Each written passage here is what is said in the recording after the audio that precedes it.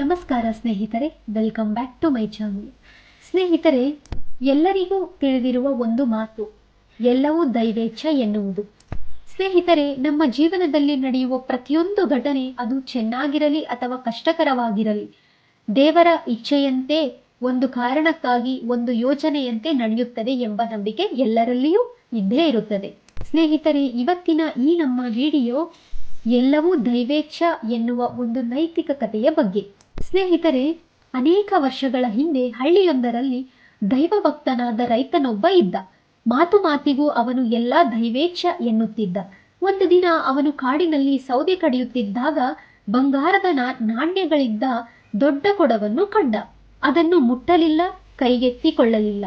ಕ್ಷಣಕಾಲ ಯೋಚಿಸಿದ, ಏನಿದೆ ನನ್ನ ಕೈ ಸೇರಬೇಕೆಂದು ದೈವೇಚ್ಛ ಇದ್ದರೆ ನಾನು ನನ್ನ ಗುಡಿಸಲಿನಲ್ಲಿ ಮುರಕಲು ಮಂಚದ ಮೇಲೆ ಮಲಗಿರುವಾಗ ಅಲ್ಲಿಗೆ ಬಂದು ಸೇರುತ್ತದೆ.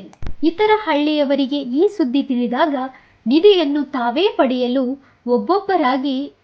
ಒಬ್ಬರಿಗೆ ತಿಳಿಯದಂತೆ ಇನ್ನೊಬ್ಬರು ಕಾಡಿಗೆ ಹೋದರು. ದೈವಭಕ್ತ ಹೇಳಿದ್ದ ಸ್ಥಳಕ್ಕೆ ಬಂದಾಗ ಅವರು ಕಣ್ಣುಗಳಿಗೆ ಕಂಡಿದ್ದು ಚೇಳುಗಳಿಂದ ತುಂಬಿದ ಕೊಡ ಮಾತ್ರ. ರೈತ ತಮ್ಮನ್ನು ಲೇವಡಿ ಮಾಡುವುದಕ್ಕಾಗಿ ಹೂಡಿದ ತಂತ್ರ ಇದು ಎಂದುಕೊಳ್ಳುತ್ತಾ ಹಿಂದಿರುಗಿದರು. ಕೆಲವರು ದೈವಭಕ್ತನಿಗೆ ಪಾಠ ಕಲಿಸಲು ನಿಶ್ಚಯಿಸಿದರು. ರೈತ ನಿದ್ರೆ ಮಾಡುತ್ತಿದ್ದಾಗ ಮೇಲ್ಛಾವಣಿಯ ಸ್ವಲ್ಪ ಭಾಗವನ್ನು ಕಿತ್ತರು. ಕಾಡಿನಿಂದ ತಂದಿದ್ದ ಚೇಳು ತುಂಬಿದ ಕೊಡವನ್ನು ಮಂಚದಿಂದ ಮೇಲೆ ಬೀಳುವಂತೆ ತಲೆ ಕೆಳಗಾಗಿಸಿದರು. ಚಪ್ಪಾಳೆ ಹಾಕಿ ಕೇಕೆ ಹಾಕುತ್ತಾ ನಕ್ಕರು. ರೈತ ಕಕ್ಕಾಬಿಕ್ಕಿಯಾಗಿ ಕತ್ತಲಿನಲ್ಲಿ ನಿದ್ರೆಯಿಂದ ಎದ್ದು ಚಿಮಣಿ ದೀಪವನ್ನು ದೊಡ್ಡದು ಮಾಡಿದ. ತಾನು ಮಲಗಿದ್ದ ಸ್ಥಳದ ಸುತ್ತಲೂ ಬಂಗಾರದ ನಾಣ್ಯಗಳು ಹೊಳೆಯುತ್ತಿದ್ದವು. ತಲೆ ಎತ್ತಿ ನೋಡಿದಾಗ ಕಾಡಿನಲ್ಲಿ ಕಂಡಿದ್ದ ಕೊಡ ತೂಗಾಡುತ್ತಿತ್ತು. ರೈತ ಹಿರಿ ಹಿಗ್ಗಲಿಲ್ಲ. ನಿಧಾನವಾಗಿ ಎಲ್ಲ ದೈವೇಚ್ಛೆ ಎಂದು ಕೈಮುಗಿದ.